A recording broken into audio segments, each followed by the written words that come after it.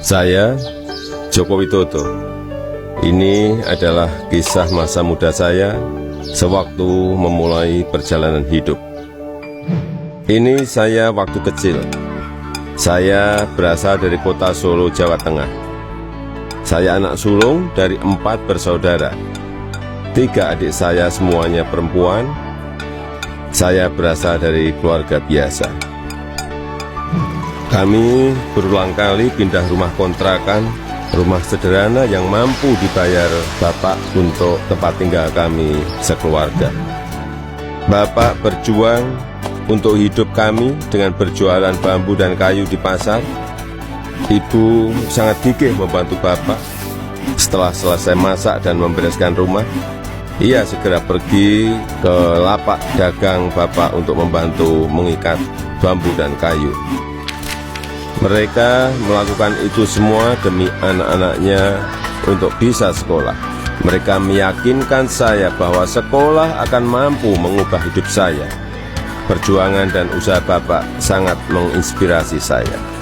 Usaha Bapak berjalan baik, dagangan makin laku, dan saya tahu Ibu mulai punya uang. Saya pun mulai nakal waktu itu. Saya sering iseng memanggil pedagang makanan apa saja yang lewat dekat rumah. Tukang siomay, tukang bakso, tukang jajanan pasar. Ibu pun terpaksa membayar apapun yang saya pesan. Suatu kali saya asal manggil saja, ada tukang lewat di depan rumah. Saya pikir jual kue pasar, ternyata tukang arang. Ibu muncul sebelum saya sempat berlari. Terpaksa ibu membelinya dan langsung menyodorkan bungkusan berisi arang untuk saya makan sambil berkata, "Ayo makan, habisin ya, kamu kan yang kepengin jajan." Suatu hari, kami kena gusur pemerintah daerah karena daerah rumah kami akan dibangun fasilitas kota. Kami sekeluarga terusir begitu saja tanpa ada perhatian di mana kami akan tinggal. Kejadian ini membuat kami sekeluarga sangat terpukul.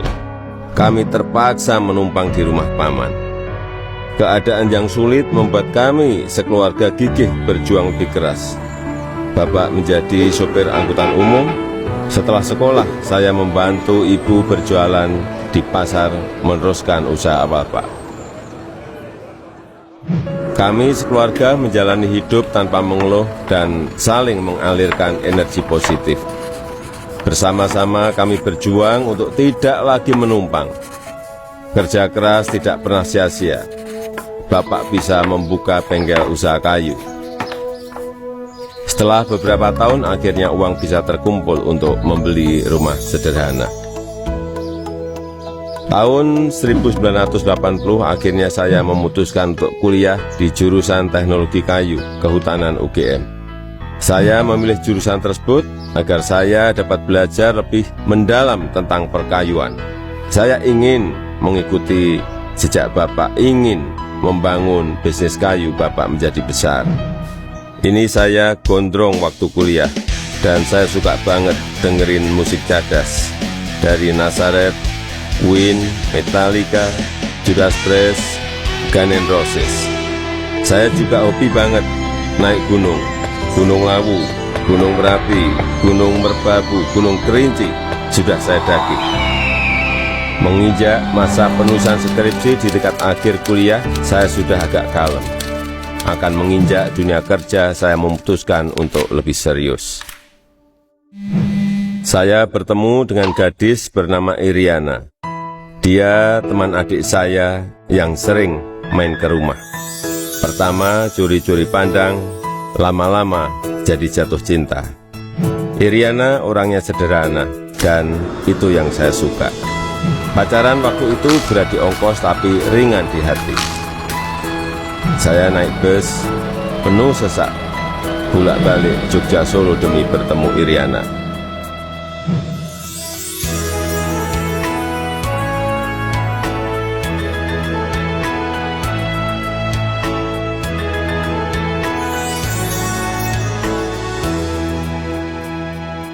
Lulus kuliah tahun 1985, saya melamar ke sebuah perusahaan kertas di Aceh.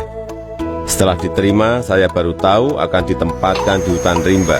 Pekerjaan saya adalah mempersiapkan persemaian pinus untuk kemudian ditanam di lapangan di hutan-hutan yang gundul.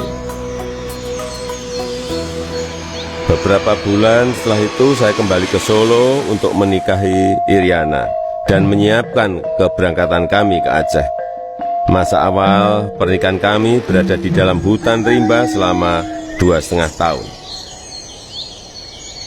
Pada tahun kedua, Iriana sudah dalam kondisi hamil dan kita memutuskan untuk melahirkan anak pertama kami di Solo. Kembali ke Solo, mulai ikut paman bekerja di pabrik mebel untuk mencari pengalaman. Di sini saya belajar banyak tentang bagaimana menjadi pengusaha yang baik. Semua posisi pernah saya lakoni, di produksi, di pemasaran, semuanya pernah saya alami. Tahun 1987, anak pertama saya lahir, Gibran Rakabuming. Gibran itu singkatan dari gigih dan berani. Saya ingin putra pertama saya punya semangat hidup seperti namanya. Lahirnya Gibran juga memicu saya untuk mendirikan perusahaan pertama saya yang bergerak di bisnis mebel dengan nama CV Rakab.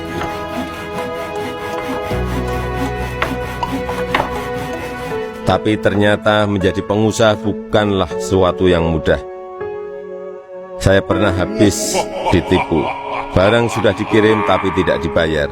Lalu orangnya menghilang.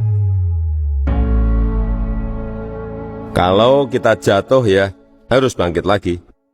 Tidak lama setelah itu saya mendapatkan pinjaman modal usaha.